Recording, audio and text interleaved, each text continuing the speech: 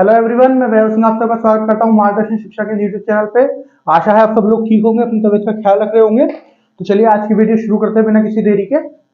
तो आज की जो वीडियो है, आज के इतिहास की वीडियो के लिए हम यहाँ पे मिले हैं। तो आज डेट क्या है? आज डेट है 4 फरवरी। तो आज के इतिहास की जो सीरीज है इसमें हम क्या करते हैं कि जिस दिन जो डेट होती है, जिस दिन जो तारीख होती है, जैसे आज 4 फरवरी है तो आज की तारीख को या फिर जो भी डेट होगी इसकी तारीख को हमारे पास जो है, हमारी जो हिस्ट्री है, फिर हमारा जो इतिहास है, उसमें क्या क्या महत्वपूर्ण घटनाएं हुई थी हमारे एग्जाम्स के मुताबिक। क्या क्या महत्वपूर्ण घटनाएं थी ऐसी जो हमारे एग्जाम में पूछी जाती हैं या फिर पूछी जा सकती हैं। ऐसी घटनाओं के बारे में हम लोग डिस्कस करते हैं, चाहे वो हमारे देश के अंदर हुई, भारत के अंदर हुई या फिर देश से बाहर हुई। चलिए शुरू करते हैं वीडियो। सबसे पहले हम देखेंगे हमारे देश के अंदर क्या क्या घटनाएं हुई थी आज के दिन। पहली न्यूज जो है, हमारी पहली घटना क्या है? 4 फरवरी 1922। 4 फरवरी 1922 को क्या हुआ था? भारत के स्वतंत्रता आंदोलन के समय चौरी चौरा कांड हुआ। जब हमारे भारत का स्वतंत्रता आंदोलन चल रहा था उसके समय पे चौरी चौरा कांड हुआ था। चौरी चौरा कांड हुआ था, कब हुआ था आपका? 4 फरवरी 1922 को। तो चौरी चौरा कांड क्या है? ठीक है, आप लोगों ने हिस्ट्री पढ़ी होगी, आपने चौरी चौरा के बारे में जरूर सुना होगा। अगर नहीं भी अभी तक पढ़ी है तो भी सुना होगा। वैसे हम जब आपको हिस्ट्री के लेक्चर्स कराएंगे, हिस्ट्री की क्लासेस चलाएंगे, तो उसमें बहुत इंपॉर्टेंट टॉपिक है चौरी चौरा कांड जो हुआ था।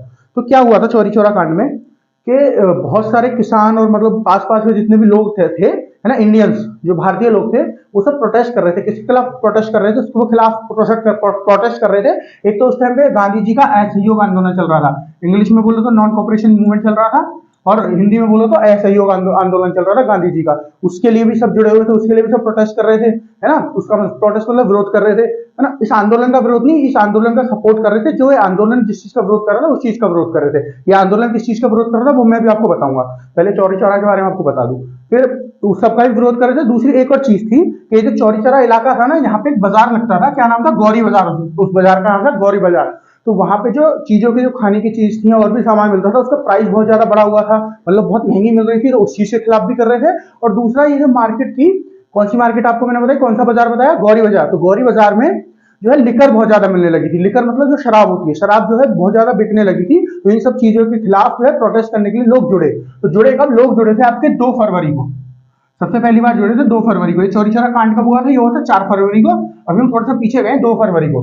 तो 2 फरवरी को बहुत सारे लोग जो है एक साथ जुड़े और ये लोग जो है इसके खिलाफ प्रोटेस्ट कर रहे थे, इसके खिलाफ जो है विद्रोह कर रहे थे।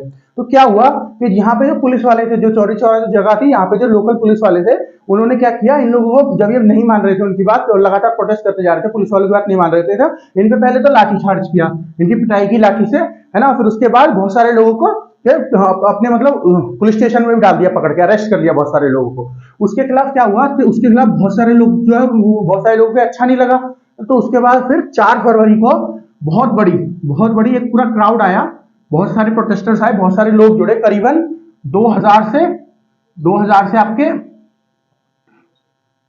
2000 से 2500 के आसपास लोग आए, जो यहाँ पे आए। चौरी चौरा यहाँ पे कांड हुआ था, मतलब चौरी चौरा जो जगह है यहाँ पे, चौरी चौरा जगह है कहाँ पे? ये जो चौरी चौरा जगह है ना, ये उत्तर प्रदेश का एक आपका जिला पड़ता है, गोरखपुर जिले में ये आपकी जो चौरी चौरा है, वहां पे जगह है चौरी चौरा। गोरखपुर आपको मैं बताऊं, जो इस टाइम पे यूपी के आपके मुख्यमंत्री हैं योगी आदित्यनाथ जी, वो भी वहीं के हैं। वो कहाँ के? गोरखपुर के। तो ये जो जगह है गोरखपुर में जगह है चौरी चौरा। तो यहाँ पे पूरा कांड हुआ था, इसलिए इस पूरे कांड का नाम चौरी चौरा कांड है। तो क्या हुआ, जब 4 फरवरी को बहुत सारे लोग इकट्ठे हुए और उन्होंने जो है मार्च करना शुरू किया। किसकी तरफ को मार्च करना शुरू किया? जो बाजार था उसकी तरफ को।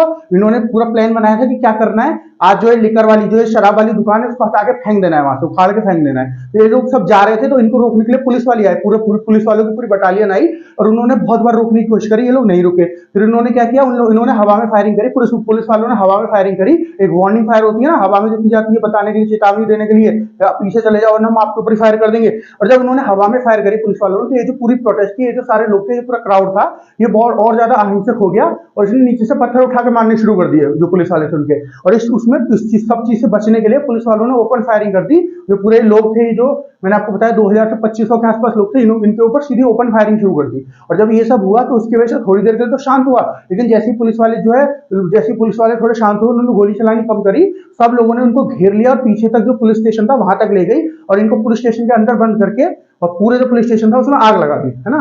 पूरा पुलिस स्टेशन जो था उसमें आग लगा दी। इसमें कितने इसमें 23 के आसपास पुलिस वाले मरे थे, जिनमें से एक इनका जो ऑफिसर था, जो इनका मेन दरोगा था वो, और जो बाकी 22 जो सिपाही थे यहाँ पे, जो बाकी 22 जो है सिपाही थे, इतने लोग मरे। और 3 प्रोटेस्टर्स भी मरे थे उसमें, 3 सिविलियंस भी मरे थे जो इनके साथ थे। ये जो प्रोटेस्टर्स थे जो प्रोटेस्ट कर रहे थे, इनके इनके साथ 3 लोग थे, वो भी इसमें मर गए थे। तो ये इतने सारे लोग मरे थे, इस वजह से इसको बहुत बड़ा कांड माना जाता है, चौरी चौरा कांड। अब इसको इसमें इससे क्या फर्क पड़ा था, है ना, जो हमारे देश का स्वतंत्रता आंदोलन चल रहा था, इसमें इससे क्या फर्क पड़ा था, ये जो चौरी चौरा कांड हुआ था, क्या हुआ? मैंने आपको बताया था कि असहयोग आंदोलन चल रहा था, non cooperation movement Gandhi ji का। तो ये नॉन कॉपरेशन मूवमेंट क्या था, पहले बताता हूँ कब स्टार्ट हुआ था और क्या था ये। तो ये जो नॉन कॉपरेशन मूवमेंट है, गांधी जी का स्टार्ट हुआ था आपका 4 सितंबर 1920 को स्टार्ट हुआ था। ओके, मतलब ये स्टार्ट तो थोड़े दिन पहले ही हो गया था, लेकिन जो ऑफिशियली अनाउंस किया गया था इंडियन नेशनल कांग्रेस के द्वारा, इंडियन नेशनल कांग्रेस ना उस टाइम पे, इंडियन नेशनल कांग्रेस जो थी उसके द्वारा जो अनाउंस किया गया था ऑफिशियली जो हुआ था, वो हुआ था 4 सितंबर 1920 को ये शुरू। तो 4 सितंबर 1920 को ये शुरू हुआ था। उसके बाद क्या हुआ, इसमें क्या था कि जितने भी भारतीय लोग हैं उन सबसे कहा गया, उन सबसे विरोध, जो आप उन सबसे अनुरोध किया गया उन सबसे कि आपको जो है अंग्रेजों से जो भी चीज आप खरीदते हो या कोई भी चीज ऐसी होती है ना, उन सबका विरोध करो। आप ना इनके स्कूलों में जाओगे, ना अगर आप कहीं जॉब करते हो तो वहां पे जाओगे, पूरी तरह से अंग्रेजी की जो भी चीजें सबका बॉयकॉट करना है, सबको जो है पीछे, उनसे कोई मतलब नहीं रखना, आपको उन सबका विरोध करना है। उससे क्या होगा, अंग्रेजों के ऊपर प्रेशर बनेगा, और प्रेशर बनने के बाद वो हमको, मतलब अल्टीमेट गोल क्या था इसका, ये जो था आपका नॉन कॉपरेशन मूवमेंट जो है, इसका अल्टीमेट गोल क्या था? इसका अल्टीमेट गोल था आपको डोमिनो स्टेटस पाना, डोमिनो स्टेटस पाना। अब डोमिनो स्टेटस क्या होता है, इसके बारे में अभी हम आगे भी डिस्कस करेंगे, एक न्यूज से रिलेटेड एक और है, लेकिन मैं आपको अभी बता देता हूँ डोमिनो स्टेटस क्या होता है। इसका स्टेटस, डोमिनेंट स्टेटस होता है कि किसी भी एक कंट्री को दे दिया जाता है, तो किसी भी एक ग्रुप को या किसी भी एक स्टेट को दे दिया जाता है। जैसे कि मैं आपको बताऊं, बहुत सारी हमारे यहाँ पे नॉर्थ ईस्ट की जो स्टेट है उनके पास है डोमिनेंट स्टेट। उसमें क्या होता है कि जो पूरे अंदर का जितना भी कार्य होता है ना, उसको लोग खुद संभालते हैं ना। जैसे अगर भारत को पूरे को डोमिनेंट स्टेटस दे दिया जाता अंग्रेजों के द्वारा, तो जितने भी इंटरनल चीजें थी ये सब ये संभालते, और लेकिन जो उसके ऊपर राज होता, जो मेन इसके ऊपर बॉडी बैठी होती है, वो अंग्रेज होते हैं ना। तो अंग्रेज ऊपर बैठे होते हैं, जो इंग्लिश एम्पायर थे ऊपर बैठा होता, लेकिन इंटरनल जो भी मैटर थे ये अपने आप सॉल्व किए जाते। तो पूरा भारत देश था इंटरनल मैटर अपने आप सॉल्व करता। तो अभी तक क्या था, अभी 1920 ही चल रही है, और यहाँ पे यहाँ तक 1922 आ गई है ना। चौरी चौरा जो कांड है तो 1922 आ गई यहाँ तक, लेकिन अभी तक जो है भारत ने खाली डोमिनो स्टेटस की मांग की है। भारत जो है पूर्ण स्वराज की मांग कब करता है? पूर्ण स्वराज की मांग की जाती है भारत द्वारा 26 जनवरी 1930 को की जाती है। इसके बारे में मैंने आपको बताया था अभी 26 जनवरी में, जब मैं आपके आज के इतिहास की वीडियो ले रहा था, तो मैंने आपको बताया था कांग्रेस ने क्या बोला था 26 जनवरी 1930 को, कि 26 जनवरी 1930 को कांग्रेस ने बोला था, जो कांग्रेस, ठीक है, हम अब क्या करेंगे, अब हमको ये नहीं चाहिए, डोमिनो स्टेटस नहीं चाहिए, अब हमको क्या चाहिए, अब हमको पूर्ण स्वराज चाहिए, है ना, पूर्ण स्वराज चाहिए। अब हमको अपना सेल्फ रूल चाहिए, हम अपना देश जो है उसको पूरी तरह से आजाद करेंगे, आपके अंडर काम नहीं करेंगे डोमिनो स्टेटस में। तो ये जो है इसी वजह से क्या है, 26 जनवरी को हमारे कॉन्स्टिट्यूशन को पास किया गया था। ये मैंने पूरा समझाया था आपको 26 जनवरी वाले दिन। इसी वजह से हमारे कॉन्स्टिट्यूशन जो है 26 जनवरी को, इस डेट को मार्क करने के लिए, इस डेट को एक अहमियत देने के लिए, 26 जनवरी एक डेट को अहमियत देने के लिए हमारा जो कॉन्स्टिट्यूशन था, हमारा संविधान था, इसीलिए इसी दिन पास किया गया था। वरना अगर आप वो देखोगे, हमारा कॉन्स्टिट्यूशनल डे कब बनाया जाता है, संविधान दिवस कब मनाया जाता है? संविधान दिवस हमारा मनाया जाता है 26 नवंबर को। क्यों? क्योंकि जो हमारा संविधान बन के शुरू हो गया था, खत्म, वो 26 नवंबर को हो गया था। और इसी दिन कुछ जो लॉज थे, कुछ लॉज जो है लागू कर दिए गए थे, लेकिन जो पूरा कॉन्स्टिट्यूशन, जो पूरा संविधान है, वो 26 जनवरी को स्पेशली लागू किया गया था। अब तक रोका हुआ था 2-3 महीनों के लिए, है ना। क्यों रोका हुआ था? क्योंकि ये जो डेट है 26 जनवरी, इसको एक स्पेशल मार्क, इसको एक अहमियत देनी थी, इस वजह से। तो ये जो थी आपकी 26 जनवरी 1930 को कांग्रेस ने अनाउंस किया था, कांग्रेस ने ऑफिशियली अनाउंस किया था कि अब जो है हम लोग जो है इस डेट को अपनी इंडिपेंडेंस डे की उसमें जो है घोषित कर रहे हैं कि अब हम आजाद हो गए, स्वतंत्र हो गए अंग्रेजों से, और अब हम अपना पूर्ण स्वराज जो है लेके रहेंगे। ओके, तो अभी हम कहां चल रहे हैं? 1920 में चल रहे हैं, जब नॉन कॉपरेशन मूवमेंट शुरू हुआ है, असहयोग आंदोलन शुरू हुआ है। तो अभी तक जो है पूर्ण स्वराज की मांग नहीं हो रही, अभी पूरी आजादी की मांग नहीं हो रही, अभी खाली डोमिनेंट स्टेटस की मांग हो रही है। तो ये जो डोमिनेंट स्टेटस है, अल्टीमेट गोल था जो आपकी इंडियन नेशनल कांग्रेस थी, इसका अल्टीमेट गोल क्या था? गांधी जी का अल्टीमेट गोल क्या था? क्योंकि ये जो नॉन कॉपरेशन मूवमेंट है गांधी जी के द्वारा लेड किया जा रहा था, और गांधी जी भी आपके इंडियन नेशनल कांग्रेस के मेंबर थे। तो उनके द्वारा ये जो है इंडियन नेशनल कांग्रेस के द्वारा या गांधी जी के द्वारा डोमिनेंट स्टेटस की मांग हो रही थी। ओके, इस आंदोलन के थ्रू, ये जो आपका असहयोग आंदोलन बोल दीजिए हिंदी में, या फिर इंग्लिश में बोलना चाहिए तो नॉन कॉपरेशन मूवमेंट बोल दीजिए। तो ये जो मूवमेंट था ये चल रहा था इस समय पे, जब ये चौरी चौरा कांड हुआ, बहुत अच्छे अपने पेस से चल रहा था, पूरी भारत में फैल गया था, बहुत अच्छे से चल रहा था, और अंग्रेज इससे बहुत ज्यादा परेशान थे। ठीक है, अंग्रेज इससे बहुत ज्यादा परेशान थे, लेकिन जब ये वाला कांड हुआ, चौरी चौरा जो कांड हुआ, क्योंकि देखिए गांधी जी ने स्टार्ट किया था आपका क्या, नॉन कॉपरेशन मूवमेंट आपका महात्मा गांधी जी ने स्टार्ट किया था। और महात्मा गांधी जी कैसे आदमी थे, वो अहिंसा पे विश्वास करने वाले आदमी थे, उनको हिंसा पसंद नहीं थी। तो ये जो पूरा मूवमेंट चल रहा था नॉन कॉपरेशन मूवमेंट, जो भी गांधी जी ने काम किया वो सब कैसे काम किए, जो अहिंसा से जुड़े हुए हैं, है ना, कोई भी उन्होंने हिंसा से जुड़ा हुआ काम नहीं किया। लेकिन ये जो कांड हुआ आपका चौरी चौरा कांड, ये जो है बहुत हिंसा से जुड़ा हुआ कांड था। इतने सारे लोगों की मृत्यु हो गई, 23 लोगों की मृत्यु हो गई, 23 और 3 26 लोगों की मृत्यु हो गई, 23 पुलिस वाले हैं, 3 सिविलियंस है उसमें। तो जब इतना बड़ा कांड हुआ तो उसके बाद 15 फरवरी को 15 फरवरी 1922 को गांधी जी के द्वारा नॉन कॉपरेशन मूवमेंट जो है इसको खत्म कर दिया गया।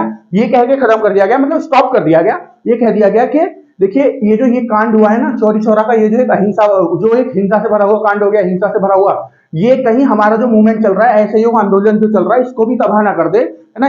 इसको इसी का बहाना लेके कहीं अंग्रेज हमारे जो आंदोलन है उसको वो ना कर दे, क्योंकि इसके बाद अंग्रेजों ने बहुत ज्यादा वो अपना लिया। तो ये हुआ ये वाला जो हुआ कांड, उसके बाद कहीं भी अगर कोई भी बहुत सारे ग्रुप में लोग बैठे दिख जाते थे ना भारतीय, वो प्रोटेस्ट भी नहीं कर रहे होते, वैसे नॉर्मल भी दिख जाते थे, उनको भी पकड़ के पुलिस जो है उसमें डाल देती थी जेल में।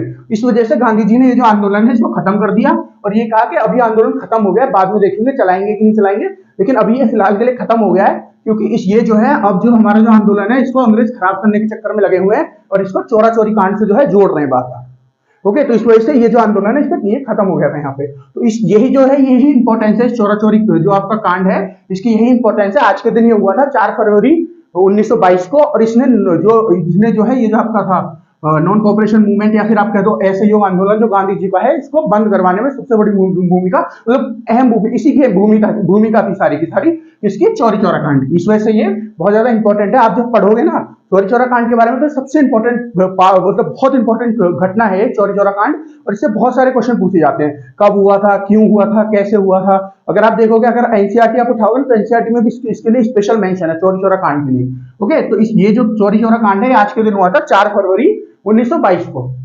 चलिए अब नेक्स्ट न्यूज देखते हैं। आशा है मेरे को आपको सारा कुछ समझ में आ होगा। मैंने जो भी चौरी चौरा कांड के बारे में आपको पता होना चाहिए, सारा कुछ आपको बताया है। ओके, चलिए आगे चलते हैं। आगे क्या है 1922 जो हमारा दूसरा पॉइंट है। देखिए यहाँ पे मैंने 1.1 लिख रखा है, यहाँ पे 1 लिख रखा है। ऐसा क्यों, सेकंड क्यों नहीं डाला मैंने आपको पॉइंट, इसलिए नहीं डाला क्योंकि दोनों जो घटनाएं हैं, दोनों जो ये जो चीजें हुई हैं ये 1922 की है। इसी वजह से मैंने एक ही जगह इनको लिंक करने के लिए, क्योंकि एक ही डेट हुई है, 1.1 डाल दिया है यहाँ पे। ओके, तो 1.1 क्या है हमारा, जो घटना हुई थी 1.1 ये भी 1922 में हुई थी। 4 फरवरी 1922 में मशहूर शास्त्रीय गायक पंडित भीमसेन जोशी का जन्म हुआ था। भीमसेन जोशी जो है इनका जन्म हुआ था आज के दिन, कब, 4 फरवरी 1922 में भीमसेन जोशी जी जो है इनका जन्म हुआ था। एक बहुत बड़े गायक हैं। कौन है, गायक है। इनका जन्म कहाँ हुआ था, इनका जन्म हुआ था कर्नाटक में, है ना। कर्नाटक जो जगह है हमारे यहाँ पे स्टेट है कर्नाटक, वहां पे इनका जन्म हुआ था। और इन्होंने जो भारतीय संगीत है ना, भारतीय शास्त्रीय संगीत है और जो कर्नाटक का संगीत है, इन सबको मिला के और इनके ऊपर बहुत काम किया है, इन संगीतों के ऊपर, है ना। तो इस वजह से बहुत ज्यादा फेमस है, बहुत ज्यादा फेमस है। इनको बहुत सारे अवार्ड्स भी मिले हुए हैं। जैसे अगर मैं इनके अवार्ड्स की बात करूं आपको, पहले मैं इनका पूरा पीरियड बताता हूँ कब तक इनकी जिंदगी थी। तो जन्म उनका कब हुआ, 4 फरवरी 1922 को, ये तो बता ही दिया, ये तो पता ही चल गया आपको। 4 फरवरी 1922 को इनका जन्म हुआ है। अब क्या जानना है हमको, इनकी मृत्यु कब हुई थी। इनकी मृत्यु हुई थी 26 जनवरी 2011 में इनकी मृत्यु हुई थी। कब हुई थी इनकी मृत्यु, 26 जनवरी 2011 को इनकी मृत्यु हुई थी। किसकी, पंडित भीमसेन जोशी जी की। अब इनके बारे में मैं आपको बताऊं, मैंने आपको बता दिया बहुत बड़े लोग ये थे, गायक थे, बहुत बड़े सिंगर थे, जो कर्नाटक म्यूजिक और हिंदी और जो हिंदुस्तान का शास्त्रीय संगीत था उसके ऊपर काम करते थे। ये इनका एक स्पेशल जो संगीत था जिसके ऊपर ये काम करते थे, उसका क्या नाम था, जो स्पेशली जिस संगीत के ऊपर ये काम करते थे उसका नाम था ख्याल। ये एक हिस्सा है ख्याल, ये जो आपका ख्याल एक हिस्सा है जो हिंदुस्तान शास्त्रीय संगीत है उसका। इसमें क्या होता है, इसमें रोमांटिक पोएम सुनाई जाती है, रोमांटिक पोएम्स होती है। ख्याल होता है ना, ख्याल मतलब जो हम ड्रीम करते हैं उसको ख्याल बोलते हैं ना, इसी तरह इसका नाम ख्याल है। इसमें रोमांटिक पोएम सुनाई जाती है भजन के रूप में, भजन के रूप में इसमें रोमांटिक पोएम जो है वो लिखी जाती है और सुनाई जाती है। तो इनके ऊपर ये जो था, इसके ऊपर इनका बहुत फोकस था, ख्याल जो म्यूजिक था, और इसी में इन्होंने बहुत ज्यादा काम किया था। इसमें जो ख्याल म्यूजिक था आपका, ये किसका पार्ट है, ख्याल, ये है आपका हिंदुस्तानी शास्त्रीय संगीत है उसका हिस्सा है ख्याल जो म्यूजिक है। चलिए अब इनके बारे में जानते हैं, इनको अवार्ड कौन कौन से मिले हैं, अवार्ड क्या क्या मिले इनको। तो सबसे पहले जानते हैं जो पद्मश्री इनको मिला है। पद्मश्री इनको कब मिला है, पद्मश्री इनको मिला है 1975 में इनको पद्मश्री मिला था। ठीक है, मैंने आपको क्या बताया था कि हमारे यहाँ पे सिविलियन अवार्ड जो आम आदमी को अवार्ड मिलते हैं कौन कौन से होते हैं, सबसे ऊपर कौन सा आता है, भारत रत्न, उसके बाद पद्म विभूषण, उसके बाद पद्म भूषण और उसके नीचे पद्मश्री। तो इनको पद्मश्री कब मिला, 1975 में। ओके, कब मिला, 1975 में इनको पद्मश्री मिला। फिर उसके बाद इनको मिला पद्म विभूषण। पद्म विभूषण इनको कब मिला, एक मिनट रुक जाइए, यहां लिख देता हूं मैं। इनको पद्मश्री कब मिला, 1975 में। फिर इनको क्या मिला, फिर इनको मिला पद्म भूषण। पद्म भूषण इनको कब मिला, पद्म भूषण इनको मिला 85 में। पद्म भूषण इनको मिला 1985 85 में, 1985 में। एक मिनट मैं देख लेता हूं आपको यहाँ पे दिख रहा है कि नहीं दिख रहा ऊपर का, हल्का सा कट हो रहा है, कोई बात नहीं, मैं तो यहाँ इतना तो दिख ही रहा है फिलहाल के लिए। आगे देखते हैं। फिर इनको पद्म विभूषण कब मिला, पद्म विभूषण इनको 1999 में मिला, 1999 में। और फिर एक क्या बच गया, फिर बच गया भारत रत्न। जो सबसे बड़ा हाईएस्ट सिविलियन अवार्ड होता है वो कौन सा होता है, भारत रत्न। भारत रत्न इनको कब मिला, भारत रत्न इनको मिला 2004 में। कब, 2004 में इनको मिला भारत रत्न।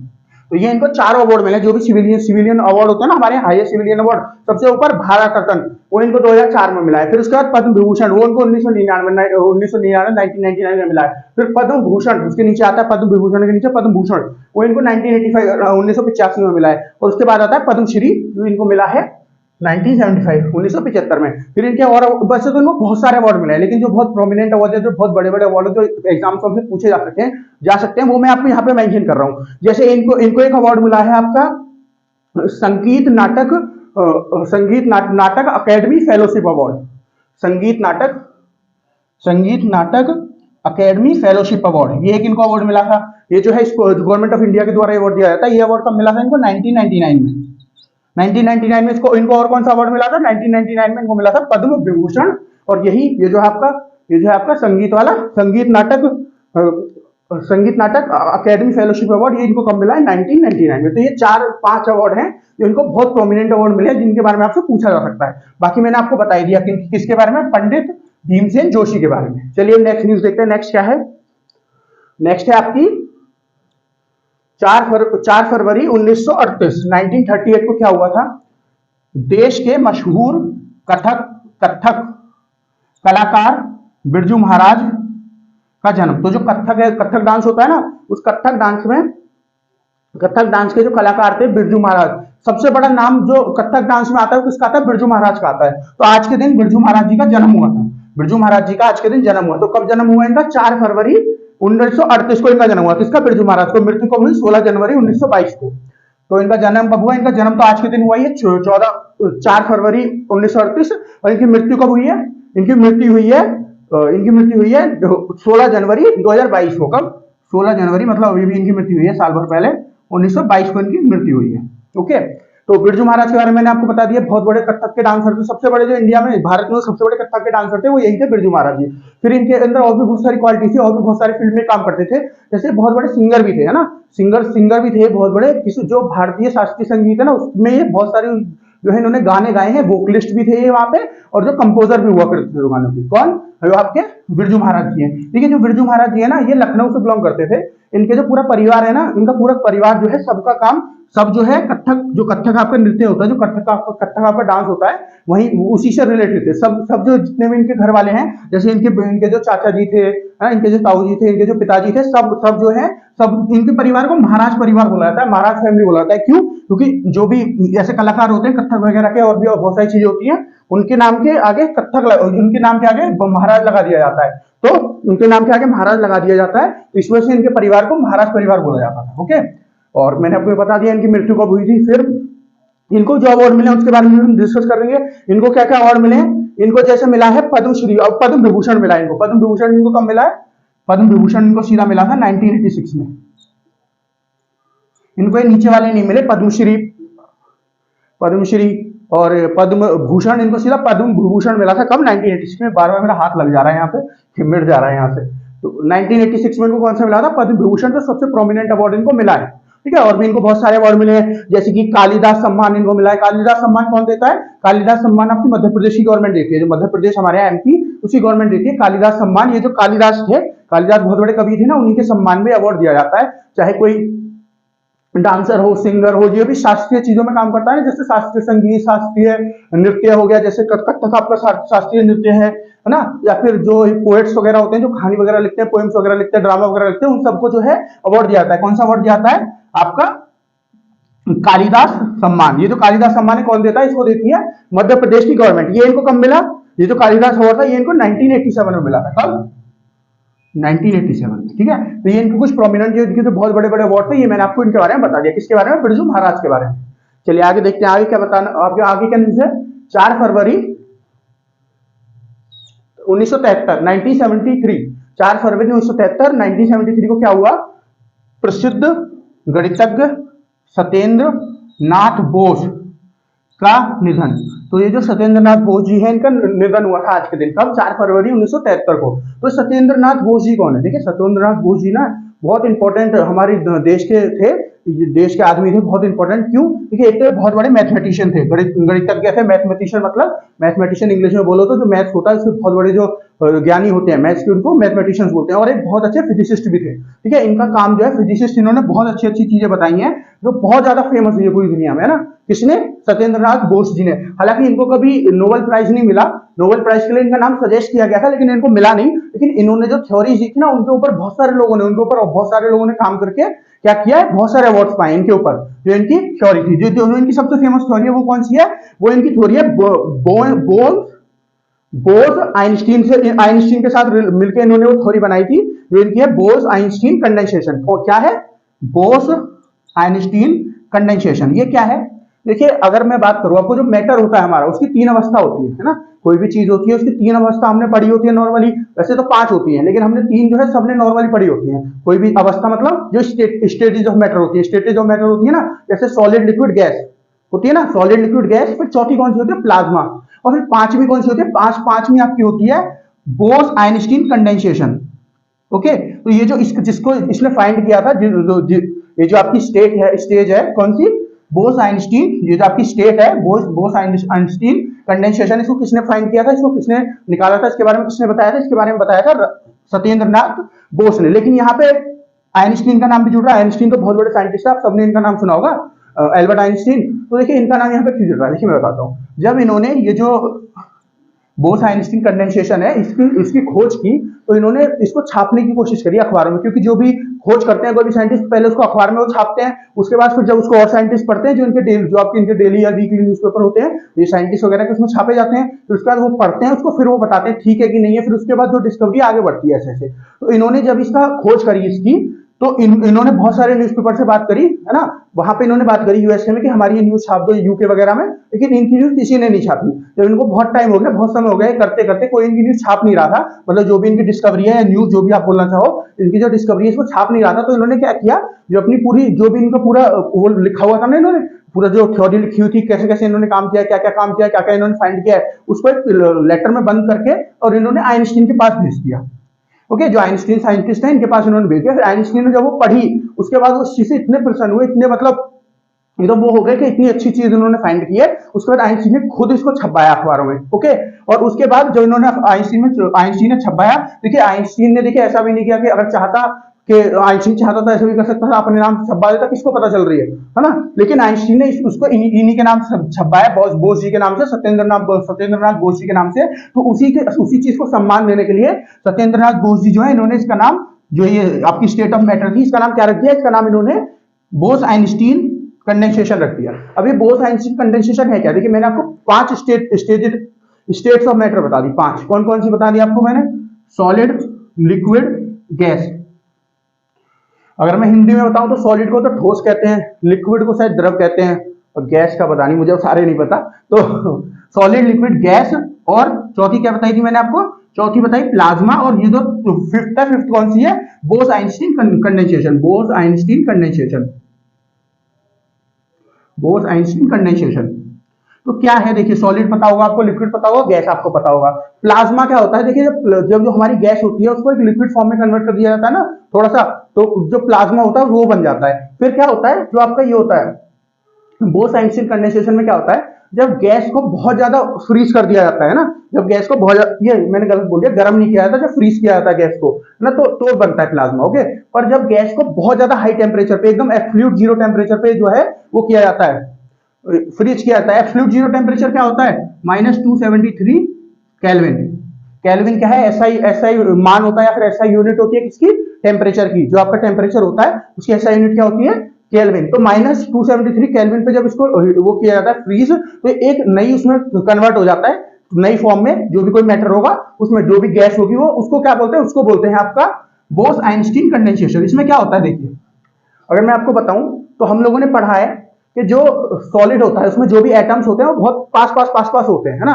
फिर लिक्विड में वो थोड़ी दूर हो जाते हैं, फिर गैस में वो और थोड़ी दूर हो जाते हैं, है ना। फिर जब गैस से उसको प्लाज्मा बनाया जाता है तो थोड़े थोड़े पास आते हैं, है ना। लेकिन जब उसको एकदम फ्रीज करके और यहाँ पे बोस आइंस्टीन कंडेंसेशन में पहुंचा दिया जाता है ना, वो सब एक साथ मिलकर पूरा ग्रुप बना लेते हैं, ऐसे एक साथ आ जाते हैं पूरे। उसको अगर मैं बताऊं तो क्या बोलते हैं उसको, उसको बिग न्यूक्लियस भी बोलते हैं, है ना, ह्यूज न्यूक्लियस बोलते हैं। ये एग्जैक्ट टर्म क्या बोलते हैं उसको बिग न्यूक्लियस या ह्यूज न्यूक्लियस भी बोलते हैं। वो जो है वो क्या होता है, वो आपकी यही वाली टर्म होती है, वो सब एक साथ आके गैदर हो जाते हैं, एक साथ आके मिल जाते हैं, ठीक है। इस साइड मैंने गलती से पहले एटम बोल दिया था, एटम नहीं न्यूक्लियस की बात कर रहा हूं मैं। जो सॉलिड होता है इसमें न्यूक्लियस थोड़े पास होते हैं, लिक्विड में और थोड़े दूर हो जाते हैं, गैस में और बहुत ज्यादा दूर हो जाते हैं। फिर ये जो है आपका प्लाज्मा है, इसमें थोड़े थोड़े पास आते हैं, और इसमें ये जो बोस आइंस्टीन कंडेंसेशन है इसमें सब एक साथ मिल जाते हैं, क्योंकि सॉलिड में भी थोड़ा थोड़ा गैप होता है, लेकिन बोस आइंस्टीन कंडेंसेशन में सब आके एक साथ जुड़ जाते हैं, ठीक है। उसको क्या बोलते हैं, बोस आइंस्टीन कंडेंसेशन बोलते हैं। जब इसको किसी भी गैस को -2730 या फिर -273 केल्विन या फिर एब्सोल्यूट जीरो टेम्परेचर जो होता है उस पर जो है फ्रीज कर दिया जाता है, ठीक है। तो ये इन्होंने बताया था। पांचवी स्टेट ऑफ मैटर किसने बताई थी आपकी, सत्येंद्रनाथ बोस ने इसको बताया था। ओके, और मैं आपको सत्येंद्रनाथ बोस के बारे में बताऊं, सत्येंद्रनाथ बोस जी जो है इनको पद्म भूषण भी मिला हुआ है गवर्नमेंट ऑफ इंडिया के द्वारा। इनको पद्म भूषण दिया गया था, कब, पद्म विभूषण इनको दिया गया था 1954 में, 1954 में इनको पद्म भूषण भी दिया गया था। फिर बहुत सारी चीजें इनके नाम पे हमारे यहाँ, तो ये इनको यहाँ पे हमारे यहाँ का मतलब गवर्नमेंट ऑफ इंडिया ने इनको क्या बनाया गया, नेशनल प्रोफेसर भी बनाया था। कब, 1959 में। 1959 में इनको हमारे यहाँ का नेशनल प्रोफेसर भी बनाया था। नेशनल प्रोफेसर क्या होता है, जो सारे प्रोफेसर होते हैं उन सबका हेड नेशनल प्रोफेसर, सबसे ऊपर जो सबसे ऊपर होगा, जो राष्ट्रीय प्रोफेसर होगा उसको नेशनल प्रोफेसर बोलते हैं। देखिए किसी भी स्कॉलर के लिए ना हमारे इंडिया में सबसे बड़ी पोस्ट है नेशनल प्रोफेसर होना। तो ये नेशनल प्रोफेसर रहे थे 1969 में, और उसके बाद ये नेशनल प्रोफेसर कब तक रहे थे, अगले 15 साल तक ये नेशनल प्रोफेसर जो रहे थे वहां से, जब 15 साल बाद ये वहां से रिटायर्ड हुए थे। तो ये हमारे यहाँ पे सबसे बड़ी पोस्ट है नेशनल प्रोफेसर की, जो किसी भी स्कॉलर को या किसी भी मतलब ऐसे पढ़ने वाले लोग को या किसी भी टीचर को दी जाती है। तो इनको वही मिली थी। ओके, किसको मिली थी, सत्येंद्रनाथ बोस जी को। चलिए आगे चलते हैं। सत्येंद्रनाथ बोस जी के बारे में मैंने आपको बता दिया, आशा करता हूँ सारा कुछ समझ में आ गया होगा।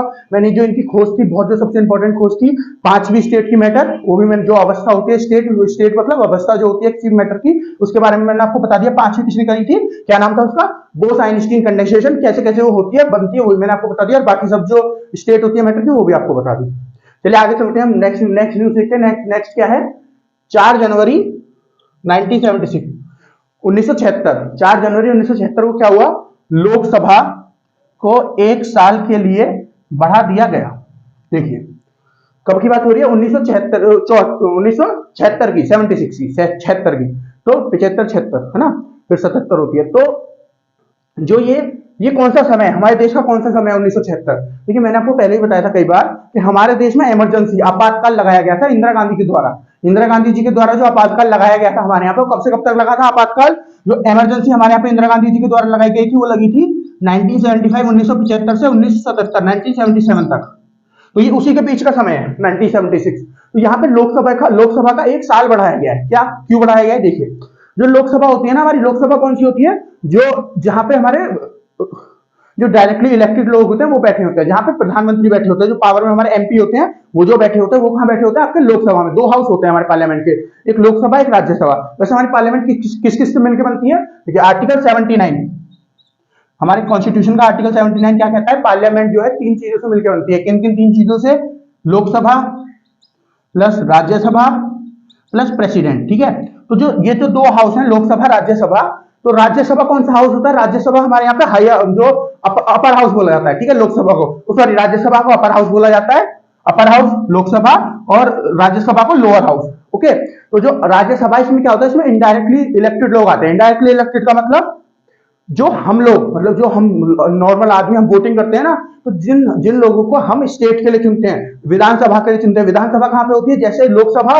केंद्र में होती है आपकी, इसी तरह विधानसभा आपकी राज्यों में होती है। तो जो विधानसभा के लिए एमएलए हम चुनते हैं, हम लोग जो चुनते हैं, जब मुख्यमंत्री के इलेक्शन होते हैं तो उसमें एमएलए को वोट देते हैं हम, जो एमएलए होते हैं। हम जब एमएलए को जिनको चुनते हैं, फिर जब वो अपनी वहां पे विधानसभा में जाकर बैठ जाते हैं, फिर वो कुछ लोगों को चुनते हैं, है ना, अलग अलग लोगों को चुनते हैं, अपना रिप्रेजेंटेटिव, अपनी स्टेट का रिप्रेजेंटेटिव कहां पे, जो उनकी स्टेट को रिप्रेजेंट करेगा केंद्र में, ठीक है। और जो केंद्र में रिप्रेजेंट करेगा वो कहां पे जाकर बैठेगा, कहां का एमपी बनेगा, वो एमपी बनेगा। जब किसी स्टेट को जाकर रिप्रेजेंट करेगा, वो कहां पे जाकर बैठेगा, वो आपका बैठेगा राज्यसभा में। तो इसको डायरेक्टली इलेक्शन क्यों कहते हैं, देखिए, क्योंकि जिसको हमने चुना उसने किसी को चुना, इस वजह से इसको क्या बोलते हैं, आपका इनडायरेक्ट इलेक्शन। जिसको हमने चुना उसको किसी ने चुना, नहीं सॉरी सॉरी, जिसको हमने चुना उसने किसी को चुना, जिसको हमने चुना उसने किसी को चुना, तो इस वजह से इसको इनडायरेक्ट इलेक्शन से द्वारा चुना गया बोलते हैं, जो आपके राज्यसभा में होता है। राज्यसभा में ये कैसे डिसाइड होगा कि कौन सी स्टेट से कौन से कितने लोग जाएंगे, ये देखिए स्टेट की पॉपुलेशन साइज इन सब के अकॉर्डिंग जो है डिसाइड होता है कि कौन सी स्टेट से कौन से कितने लोग जाएंगे, ठीक है। फिर राज्यसभा की बात करें, राज्यसभा में डायरेक्टली इलेक्टेड लोग जाते हैं। तो आप समझ ही गए होंगे डायरेक्टली इलेक्टेड कौन से होते हैं। डायरेक्टली इलेक्टेड वो होते हैं जिनको हम डायरेक्टली चुनते हैं, जिनको हमने चुना वो डायरेक्टली, और जिनको हमने चुना उन्होंने जिसको चुना वो इनडायरेक्टली होते हैं। तो जो इसमें कौन जाते हैं, डायरेक्टली। तो जो हम जो एमपीज को जिनको वोट देते हैं, जो आपके प्रधानमंत्री वाले इलेक्शन होते हैं, जो सेंटर के केंद्र के इलेक्शन होते हैं, उन वाले इलेक्शन में जिनको भी हम वोट देते हैं वो कौन होते हैं, वो होते हैं एमपी। वो जाके कहां बैठते हैं, वो लोकसभा में बैठते हैं। और जो हमारे चीफ मिनिस्टर का इलेक्शन होता है, जो आपके स्टेट्स के राज्य के मुख्यमंत्री के इलेक्शन होते हैं, जब हम उनको वोट देते हैं, वो डायरेक्टली जिनको हम डायरेक्टली वोट देते हैं वो कहां बैठते हैं, स्टेट में। जो हमारे राज्य होते हैं उनकी जो विधानसभा होती है वहां पे, और फिर वो लोग चुनते हैं किसी को जो हमारी स्टेट होगा उसको रिप्रेजेंट करेगा कहां पे, केंद्र में, सेंटर में। वो कहां बैठेगा, जाके वो जाके बैठेगा राज्यसभा में, इसलिए उसको इनडायरेक्टली बोलते हैं, ठीक है। तो जो लोकसभा होती है ना, लोकसभा कितने साल के लिए चलती है, देखिए, कोई एक बार प्रधानमंत्री बन गया, है ना, अगर बीच में कोई परेशानी ना आ जाए तो उसकी पूरी टर्म कितने दिन के लिए होती है, 5 सालों के लिए होती है।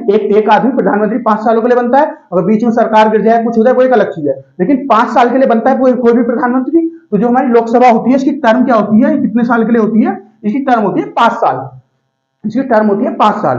फिर राज्यसभा की बात करें, राज्यसभा की टर्म कितनी होती है, लेकिन राज्यसभा को परमानेंट हाउस बोला जाता है, स्थायी, जो क्या बोला जाता है, परमानेंट हाउस। किसको, राज्यसभा को आपका परमानेंट हाउस बोला जाता है।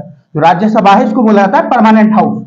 परमानेंट हाउस का क्या मतलब है, परमानेंट हाउस का मतलब है ये कभी डिसॉल्व नहीं होता। जो खत्म होती है ना, जो पांच साल बाद खत्म हो जाती है आपकी ये लोकसभा, इसको हिंदी में बोलेंगे तो भंग हो जाती है, ऐसे बोलेंगे, और इंग्लिश में बोलेंगे तो बोलेंगे डिसॉल्व हो जाती है। ओके, तो ये जो आपकी राज्यसभा है, ये जो है इसको परमानेंट हाउस बोलते हैं। परमानेंट हाउस क्यों बोलते हैं, क्योंकि ये कभी भी डिसॉल्व या फिर कभी भी भंग नहीं होती है। कैसे नहीं होती है, देखिए, इसमें जो भी आदमी इनडायरेक्टली चुना जाता है ना लोकसभा में, उसको 6 साल के लिए चुना जाता है। कितने दिन के लिए, 6 साल के लिए। और जो हर 2 साल में ना, इसमें से 1/3 जो है लोग यहां से रिटायर्ड होते रहते हैं। हर 2 साल में 1/3 जो है लोग यहां से रिटायर्ड होते रहेंगे। फिर जो लोग रिटायर्ड हो रहे हैं उनकी जगह और नए लोग चुन लिए जाएंगे, ठीक है। तो ये कभी भी भंग नहीं होती है, क्योंकि इसकी कोई स्पेसिफिक टर्म नहीं होती है।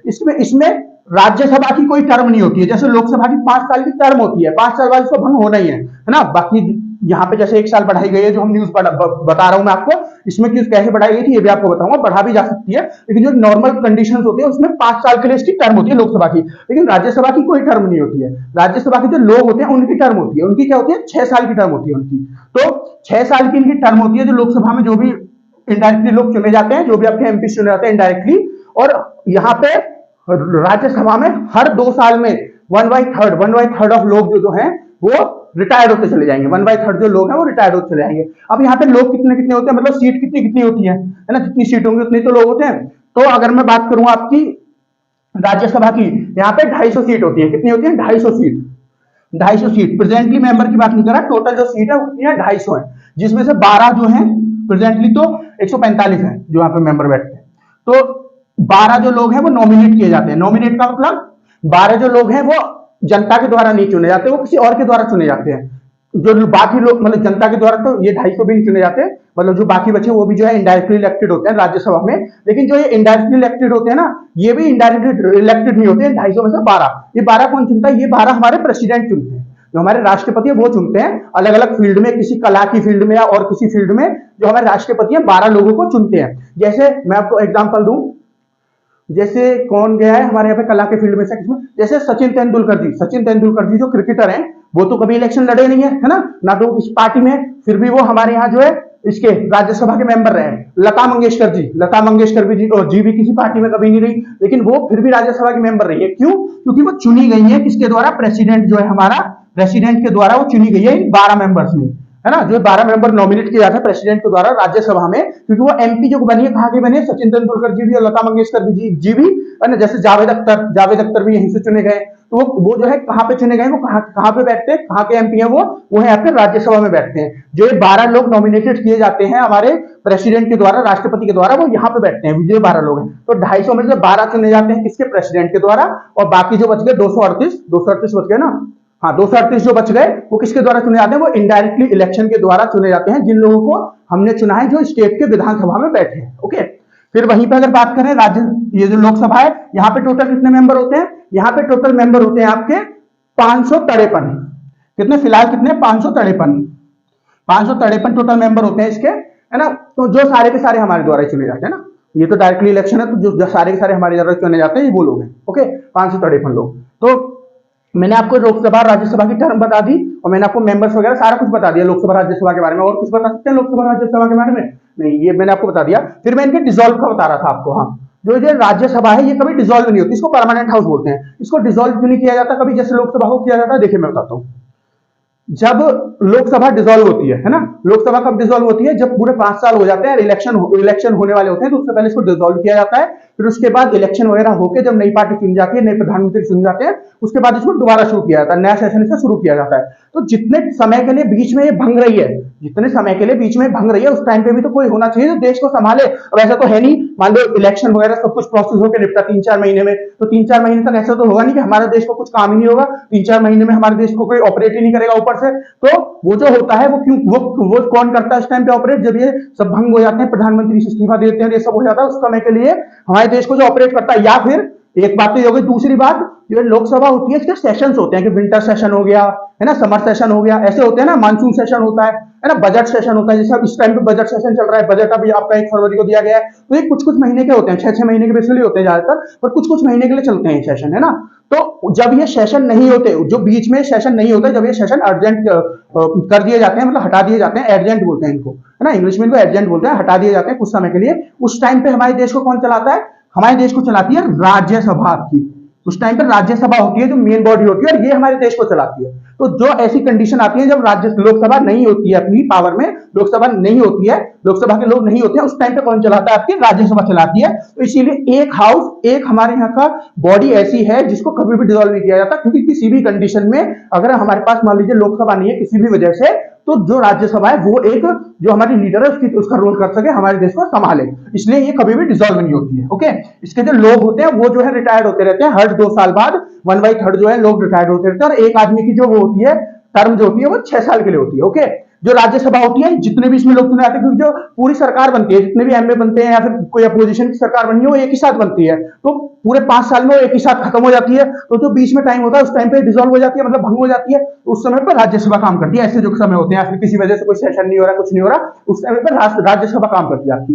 तो लोकसभा का कितने साल का टर्म हो गया, 5 साल का। ये जो लोकसभा का टर्म हुआ है 5 साल का, इसको बढ़ाया जा सकता है अगर कोई ऐसी इमरजेंसी वाली सिचुएशन है, जैसे यहाँ पे आपातकाल लगा था और 76 में आपातकाल लगा हुआ था, तो इस समय पे बढ़ाया जा सकता है। अगर ऐसी कोई सिचुएशन है, कोई ऐसी अनवांटेड सिचुएशन है, कोई खराब सिचुएशन है, इसकी वजह से आपातकाल लगाना पड़ा, जैसे मान लो कोई युद्ध चल रहा है, अब युद्ध के बीच में मान लीजिए इलेक्शन आ गए, ये जो 5 साल खत्म हो गई युद्ध के बीच में, लोकसभा की 5 साल खत्म हो गई, अब ऐसा तो होगा नहीं कि युद्ध के बीच में जब प्रधानमंत्री बदलते रहेंगे, इलेक्शन करवाएंगे, उस समय पर फिर इसकी टर्म को बढ़ा दिया जाएगा 1 साल के लिए।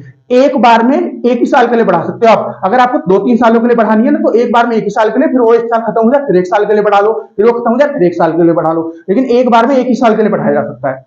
तो ये कहां बढ़ाया जाता है, ये हमारा आर्टिकल है कॉन्स्टिट्यूशन में, आर्टिकल 83 का जो दूसरा पार्ट है, 83 का जो दूसरा पॉइंट है, वो क्या कहता है कि हम जो लोकसभा है इसमें इसकी टर्म को बढ़ा सकते हैं। ठीक है, तो ये जो इसकी टर्म है कब बढ़ाई गई, इसकी टर्म बढ़ाई गई आपकी 1976 में, उस टाइम पे इमरजेंसी लगी हुई थी। तो पहली बार कब बढ़ाई गई, जो पहली बार बढ़ाई गई वो बढ़ाई गई क्योंकि देखिए जो 1976 वाले इलेक्शन में जो उस टाइम पे जो सरकार थी किसकी थी, इंदिरा गांधी जी की। तो इंदिरा गांधी जी की सरकार आई कब थी, इंदिरा गांधी जी की सरकार आई थी आपकी 1971 में। 1971 में इनकी सरकार आई थी, ये प्रधानमंत्री 1971 में बनी थी, तो 5 साल इनको 1976 में होने थे। 1976 में इनको 5 साल होने थे, इनकी सरकार को हटना था, लेकिन देश में इन्होंने इमरजेंसी लगा रखी थी। इमरजेंसी इन्होंने लगा रखी थी, अपोजिशन का लीडर कोई था नहीं, सबको पकड़ पकड़ के जेल में डाला होता है इमरजेंसी के दौरान। तो इन्होंने क्या किया कि अपनी टर्म बढ़ाने के लिए कि हम और लंबे प्रधानमंत्री बनी रहूं मैं, इन्होंने 2000 नहीं सॉरी 1976 में 1 साल के लिए अपनी टर्म 4 फरवरी को बढ़वा ली। कहां पे? पार्लियामेंट में बढ़वा ली। ओके, और फिर उसके बाद इन्होंने 1976 के बाद 1977 में भी टर्म बढ़वाई, लेकिन ये जो है कुछ ही महीने चलाई इन्होंने टर्म, करीबन 7-8 महीने चलाई, और फिर उसके बाद 1977 में इन्होंने जो टर्म है अपनी वो मतलब जो आपकी है लोकसभा है इसको डिसॉल्व कर दिया, इसको भंग कर दिया। उसके बाद फिर 1977 के इलेक्शन हुए जिसमें जनता पार्टी जीती थी। मैंने आपको बताया था, कई बार बता दी पूरी टाइमलाइन आपको मैंने। तो 1977 में कौन जीता था? 1977 में जनता पार्टी जीती थी, और हमारे देश का प्रधानमंत्री कौन बना था? हमारे देश के प्रधानमंत्री बने थे मोरारजी देसाई जी 1977 में। ठीक है, तो ये जो यहाँ पे जब भंग हो गई 1977 में, जो बीच में भंग कर दी किसने? इंदिरा गांधी जी ने। इंदिरा गांधी जी ने ये सोच के करी कि जीतेंगे तो हम ही, कांग्रेस ही जीतेगी, लेकिन इनको पता नहीं था कि लोग इनसे बहुत ज्यादा नाराज है, जो इन्होंने आपातकाल लगाया उसकी वजह से, तो ये हार गई। और उसके बाद 1977 में इसकी सरकार आई जनता पार्टी की, और उसके प्रधानमंत्री कौन बने? हमारे देश के मोरारजी देसाई जी। हालांकि दोबारा 1980 में, क्योंकि ये सरकार पूरी चल नहीं पाई है ना, क्योंकि 2-3 सरकारों का गठबंधन था, इस वजह से चल नहीं पाई, तो मोरारजी देसाई जी की पहले सरकार गिरी। फिर उसके बाद जब मोरारजी देसाई जी ने इस्तीफा दे दिया, उसके बाद कौन बने प्रधानमंत्री? चौधरी चरण सिंह बने। कुछ दिन के लिए, एक या 2 दिन के लिए बने थे चौधरी चरण सिंह जी। उनको किसने सपोर्ट दिया? उनको सपोर्ट दिया जो इंदिरा गांधी की कांग्रेस थी उसने। इंदिरा गांधी की कांग्रेस थी, मैंने आपको बताया था कांग्रेस के 2 हिस्से हो गए थे, एक को कौन चला था? एक को मोरारजी देसाई चला रहे थे। जो मोरारजी देसाई जब 1977 में 1977 में जब जनता पार्टी जीती, तो जनता पार्टी के साथ किसने गठबंधन किया? जो पुरानी वाली कांग्रेस थी, जो 2 हिस्से हो गए ना कांग्रेस के। पहली एक कांग्रेस किसके पास गई? एक कांग्रेस आपकी गई इंदिरा गांधी के पास, इंडियन नेशनल कांग्रेस आर, और जो इंडियन कांग्रेस ओ थी, इंडियन नेशनल कांग्रेस ओ थी, ओ मतलब ओल्ड, वो किसके पास गई? मोरारजी देसाई के पास। उसने जनता पार्टी के साथ जो है गठबंधन बनाया और मोरारजी देसाई जी को प्रधानमंत्री बना दिया, लेकिन उनकी सरकार चल नहीं पाई। जब उनकी सरकार गिर गई, तो जो चौधरी चरण सिंह जो थे, उनकी सरकार जो थी, उनको किसने सपोर्ट दिया? Indian National Congress R, Indira Gandhi वाली सरकार ने। लेकिन फिर उन्होंने 2 दिन बाद वापस ले लिया, और जब ये सरकार नहीं चल पा रही थी, तो फिर उसके बाद जो है पार्लियामेंट को, जो आपका ये है लोकसभा को डिसॉल्व कर दिया गया, भंग कर दिया गया, और फिर 1980 में दोबारा इलेक्शन हुआ, जिसमें कौन जीता? उसमें इंदिरा गांधी की पार्टी, और इंदिरा गांधी दोबारा से प्रधानमंत्री बन गई। ओके, ये पूरी टर्म, ये पूरा मैंने आपको सिनेरियो बता दिया। तो ये जो बढ़ाई गई थी, ये जो 1976 में बढ़ाई गई थी इंदिरा गांधी जी के द्वारा, ये क्यों बढ़ाई गई थी? इमरजेंसी की वजह से बढ़ाई गई थी। और पहले एक साल के लिए 4 फरवरी 1976 को बढ़ाई गई, और उसके बाद फिर 1977 में बढ़ाई गई, लेकिन वो बीच में फिर हटा के और ये दोबारा से भंग कर दी थी, आपकी लोकसभा भंग कर दी गई थी।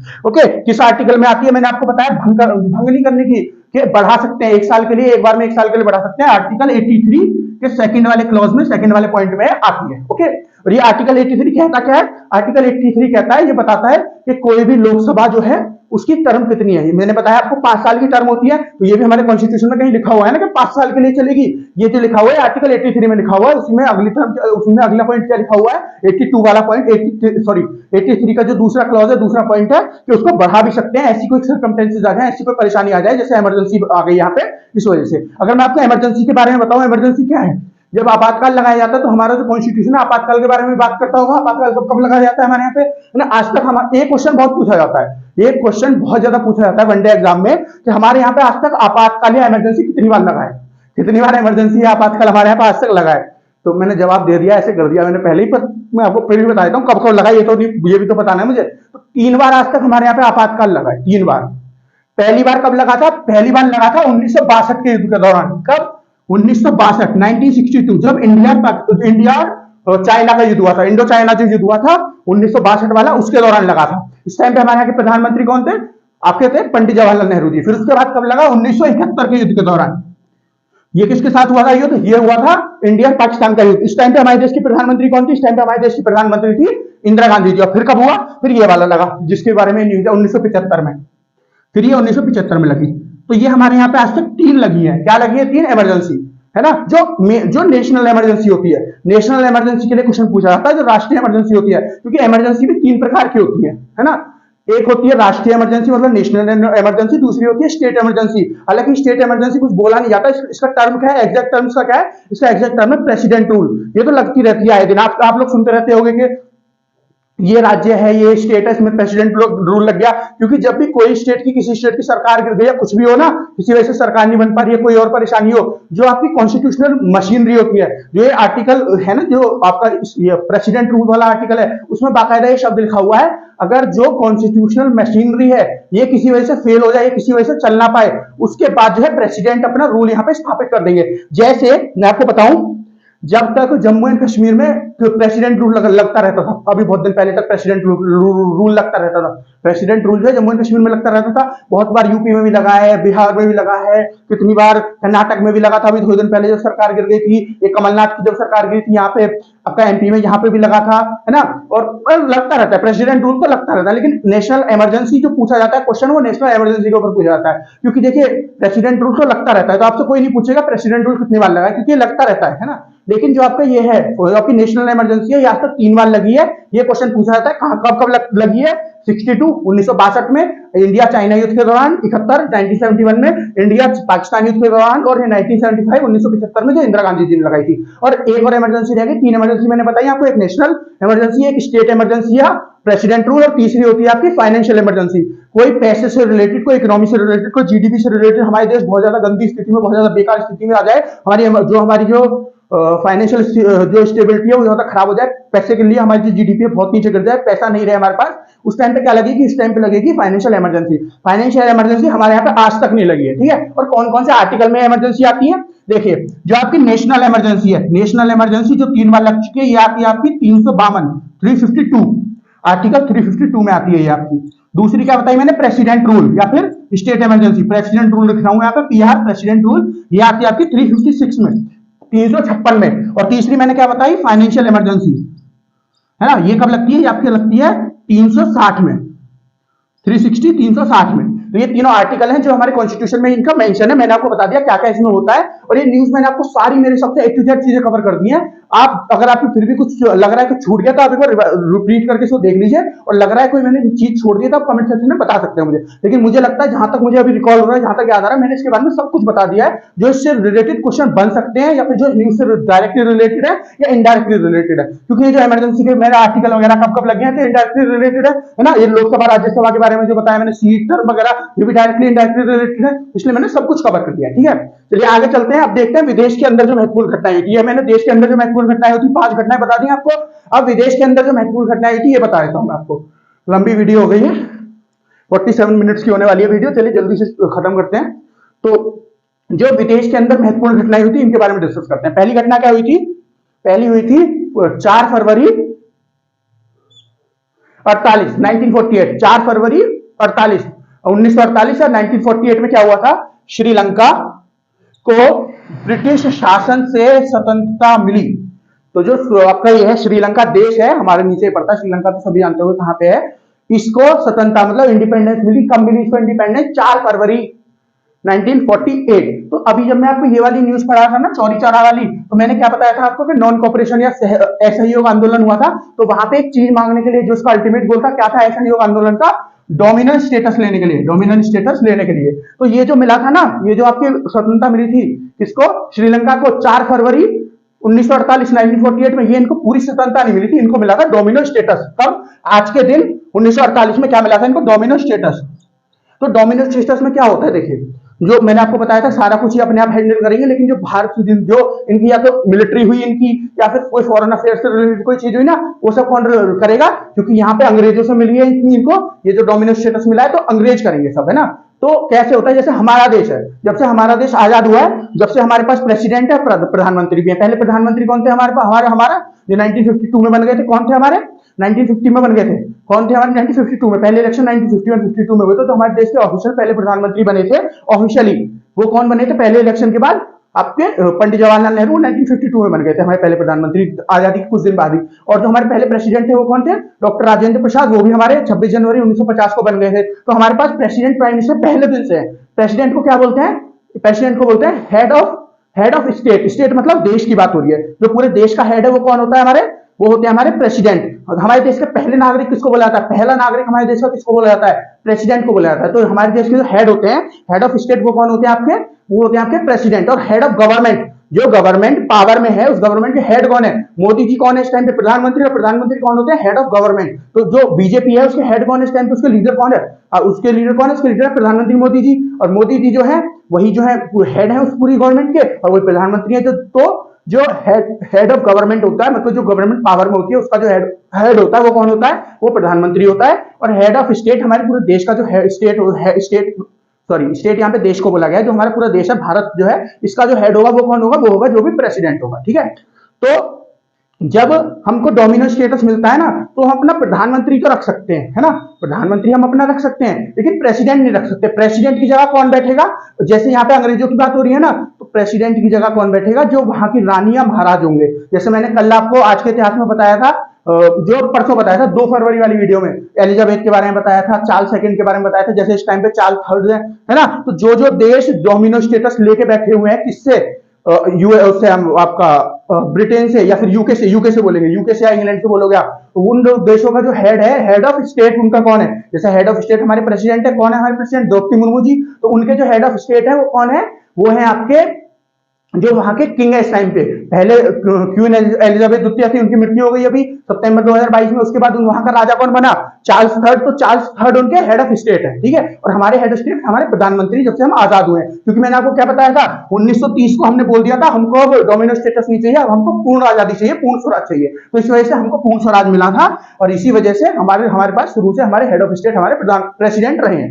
ठीक है, लेकिन ये जो मैं आपको बता रहा हूं ना, हेड ऑफ स्टेट से रिलेटेड बात, हेड ऑफ स्टेट जो है, जो वहां के किंग होंगे या क्वीन होंगी वो होंगी, जो ब्रिटेन की किंग या यूके की किंग या क्वीन होंगी वो होंगी, किसी भी देश की, उससे रिलेटेड एक न्यूज है, करंट अफेयर में भी चल रही है। उसको मैं कल सुबह के करंट अफेयर में कवर करने वाला हूं। हालांकि थोड़ा सा आइडिया आपको भी दे दूंगा मैं किस देश की बात कर रहा हूं, पर फिलहाल पहले श्रीलंका की बात करते हैं। तो श्रीलंका को जब 4 फरवरी को मिला था, वो क्या मिला था? श्रीलंका को 4 फरवरी को मिला था डोमिनो स्टेटस। और उनके बाद इन्होंने पूर्ण स्वराज कब लिया? इन्होंने अपने देश का जो उनका प्रेसिडेंट, जो उनका किंग, उनका हेड ऑफ स्टेट बनता था, उसको हटा के, और इन्होंने अपने देश का जो प्रेसिडेंट है उसको कब चुना? इन्होंने अपने देश का प्रेसिडेंट चुना आपका 22 मई। कब चुना? 22 मई 1974 में। 1974 में इन्होंने चुना। 22 मई 1974 में इन्होंने अपने देश का पहला वो चुना, क्या बोलते हैं उसको, पहला 1972 में, 4 में नहीं, 1972 में। देखिए एक चीज तो मैंने ऊपर गलती कर दी थी, एक डेट में गलती कर दी थी मैंने कहीं पे, 26 जनवरी 2011। मैंने किसका बताया था? 26 जनवरी 2011 पंडित भीमसेन जोशी का। ये 26 नहीं है, 22 जनवरी है, सॉरी 22 जनवरी 2011 है। ठीक है, चलिए नीचे आ जाते हैं। यहां मैं बता रहा था, तो इनको कब मिला? 22 मई 1972 को इन्होंने अपने देश से जो डोमिनो स्टेटस था इसको हटाकर रिपब्लिकन बन गए। रिपब्लिक कौन होते हैं? रिपब्लिक देश कौन होते हैं? रिपब्लिक देश वो होते हैं, जैसे रिपब्लिक डे हम सेलिब्रेट करते हैं, कब करते हैं? 26 जनवरी को, गणतंत्र दिवस। तो गणतंत्र देश या रिपब्लिक देश कौन से होते हैं? जिनके अपने प्रेसिडेंट और प्राइम मिनिस्टर होते हैं, हेड ऑफ स्टेट और हेड ऑफ गवर्नमेंट अपने होते हैं। उसी तरह इन्होंने ये 22 मई 1972 को रिपब्लिक बन गए, और इन्होंने अपने देश के प्रेसिडेंट, प्राइम मिनिस्टर तो पहले से थे, प्रेसिडेंट, राष्ट्रपति इन्होंने अपने देश के बनाए। तो इनके देश के पहले राष्ट्रपति कौन बने? वो बने विलियम गोपाला। कौन? विलियम गोपवाला ऐसा करके इनका नाम है। सॉरी अगर कोई गलत प्रोनाउंसिएशन कर रहा हूं इनकी, तो विलियम गोपवाला है, शायद से गोपवाला करके इनका नाम है, एग्जैक्ट मुझे याद नहीं आ रहा। विलियम गोपवाला आप याद रखिए फिलहाल के लिए, ताकि आप गूगल पे सर्च करके देख लीजिएगा, लेकिन मेरे हिसाब से विलियम गोपवाला ही है इनका नाम। तो ये इनके पहले कौन बने? इनके पहले देश के इनके राष्ट्रपति बने, और इन्होंने अपना कॉन्स्टिट्यूशन लॉन्च किया कब? 22 मई 1972 को।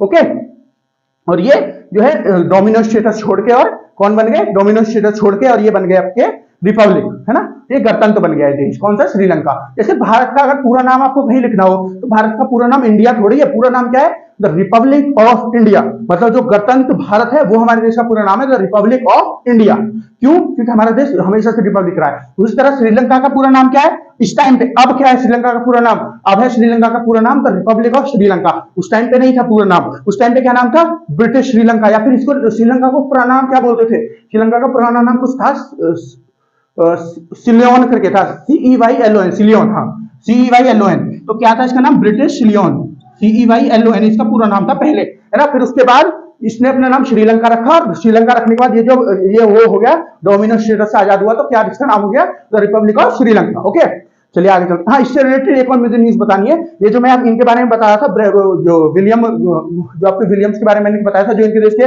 पहले वो बने प्रेसिडेंट, कौन, विलियम गोप वाला, जो मैंने बताया था इनका नाम। तो ये पहले प्रेसिडेंट बने, लेकिन ये ऑफिशियल नहीं थे। जो इनके पहले ऑफिशियल जो एग्जीक्यूटिव प्रेसिडेंट बने थे ना, इनके जो पार्लियामेंट, जो इनका कॉन्स्टिट्यूशन वगैरह बन के तैयार हुआ, वो लॉन्च हुआ, उसके बाद जो है वो जो इनके पहले जो प्रेसिडेंट बने, उनका नाम क्या था? उनका नाम था जेलियस जेलियस जयवर्धन। क्या? जेलियस जयवर्धन था उनका पूरा नाम। किसका था जेलियस जयवर्धन नाम? जो इनके पहले एग्जीक्यूटिव प्रेसिडेंट बने। कब बने थे वो इनके एग्जीक्यूटिव प्रेसिडेंट? वो बने थे इनके 4 फरवरी को ही बने थे, वो भी 4 फरवरी 1974 को बने थे। कब? नहीं, 1948, 78, 1948 को बने, 48 नहीं, सॉरी 78 को क्या बोलेंगे, 75, 78 बोलेंगे क्या?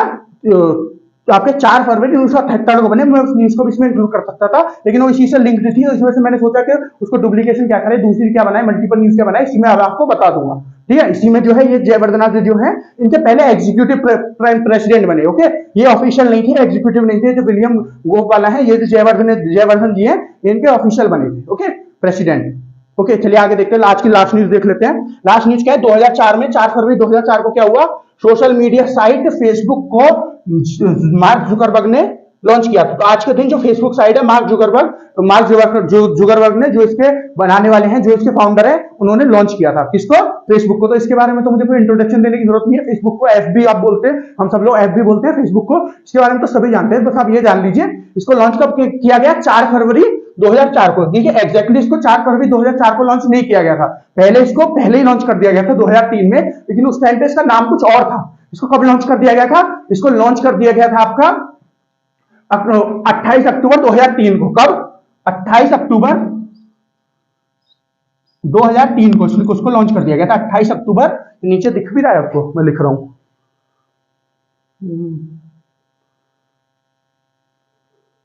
नहीं दिख ही नहीं रहा है आपको, यहां पे लिख देता हूं। 28 अक्टूबर 2003 को इसको लॉन्च किया गया था पहली बार। इसको? फेसबुक को। लेकिन उस टाइम पे इसका नाम फेसबुक नहीं था। उस टाइम पे इसका नाम क्या था? उस टाइम पे इसका नाम था फेसमैश, FACEMESH, फेसमैश इसका नाम था। क्या? 28 अक्टूबर 2003 को। इसमें क्या होता था? ये इन्होंने अपने पहले स्कूल में लॉन्च की थी। ये हार्वर्ड यूनिवर्सिटी में पढ़ते थे, हार्वर्ड जो स्कूल है इंग्लैंड में, वहां पे पढ़ते थे, और इन्होंने अपनी सेकंड ईयर में इसको बना के तैयार कर लिया था। और उसके बाद ये अपने स्कूल में, उसको स्कूल के जो बच्चे थे वही चलाते थे, और इसमें जो है ना लोगों को कंपेयर करते थे, स्कूल के बच्चे उनको कंपेयर करते थे स्टार्टिंग में, इस वजह से इसका नाम फेसमैश रख दिया था। ठीक है, उसके बाद जब इसको ऑफिशियली लॉन्च किया गया, इसका नाम बदल के कब लॉन्च किया गया आपका? 4 फरवरी 2004 को, फेसबुक के नाम से। और इस टाइम पे इसका नाम क्या है? इसका नाम अभी भी बदल दिया गया है 2021 में। इसका 2021 में भी नाम बदल दिया गया। इस टाइम पे इसका नाम क्या है? इस टाइम पे इसका नाम है मेटा। क्या नाम है इसका? मेटा इसका नाम है इस टाइम पे। कब ये नाम कब रखा गया? 28 अक्टूबर 2021 को।